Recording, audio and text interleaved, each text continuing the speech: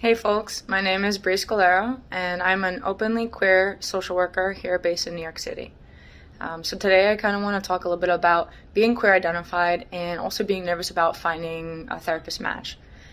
Finding a therapist in general is kind of overwhelming, but MyWellbeing makes it easy to connect with providers.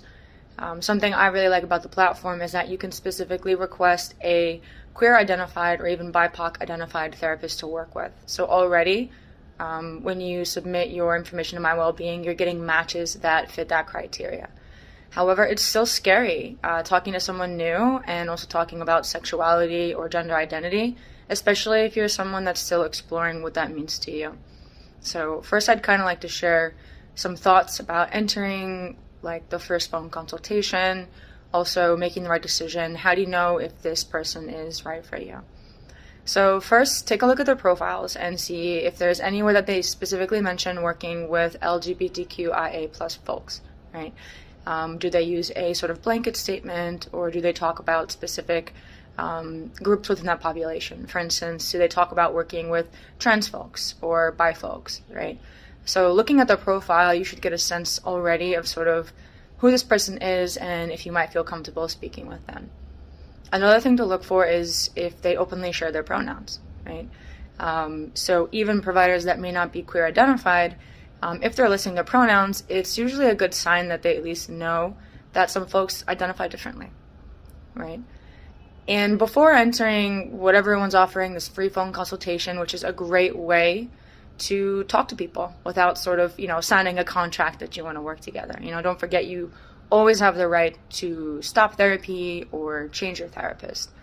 But ask yourself, what sort of competencies should my provider have expertise in? Should they be able to work with trans folks? Should they understand how culture plus sexuality combined to create the person that I am? All these things are important to know before having that conversation. Now, a lot of times we're afraid to ask questions to therapists. We think that they're the professional and we should just sort of, do what they say.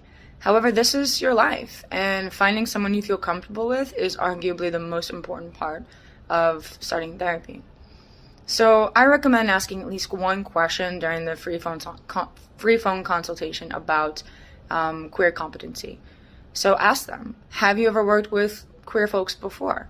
Right? Do you have specific experience working with asexual folks, right? Or folks that are gender fluid, or are sort of trying to understand where they fall in the scheme of identity and expression, right? I also recommend asking them a little bit about how they approach gender or sexuality in session. And if you don't feel comfortable to do this, it's totally okay.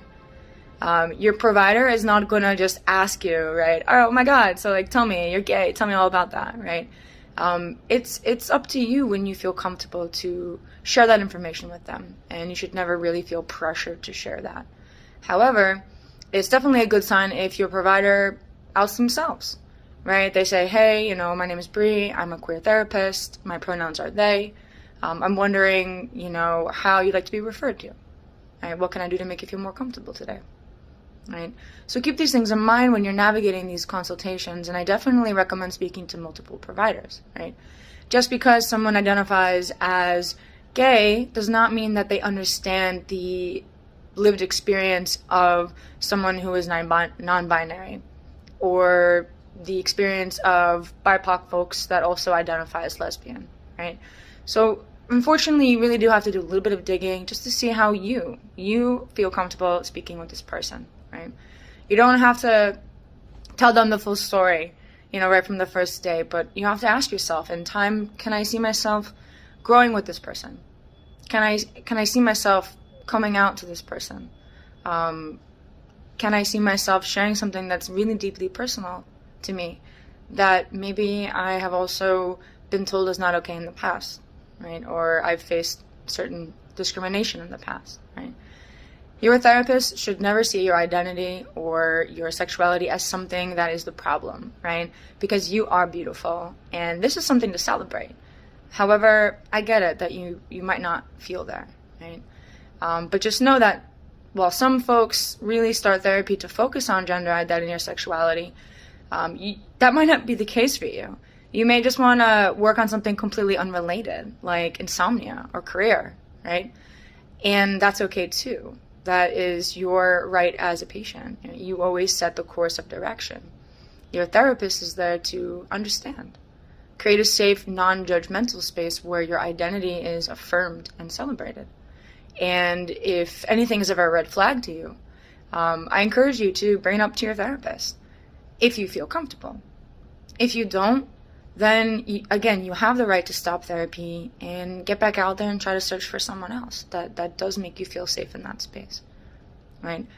And so it is hard, right? But there are providers out there that are ready to celebrate who you are, like myself and so many others of MyWellbeing.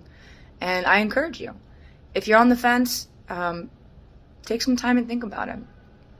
Look at a few different providers, right? You don't have to just use MyWellbeing, right? There's a lot of different resources out there. Find about 5 people maybe that you could see yourself at least having a conversation with. Then, after speaking with everyone, take some time and think about it. Did this person share their pronouns with me? Did they ask me to confirm my own? Right? Did they make me feel comfortable? Did they make me feel like my identity or sexuality was a choice or a problem? Or did they make me feel safe? Right? And of course, there's so much more to consider when finding the right therapist. But in general, finding a therapist that sees you for who you are, regardless of your orientation, gender identity, or expression, is possible and is so important. Right? It does get better. And I look forward to continuing the conversation with you on and across and apart from the MyWellbeing community. All right? Much love to all of you.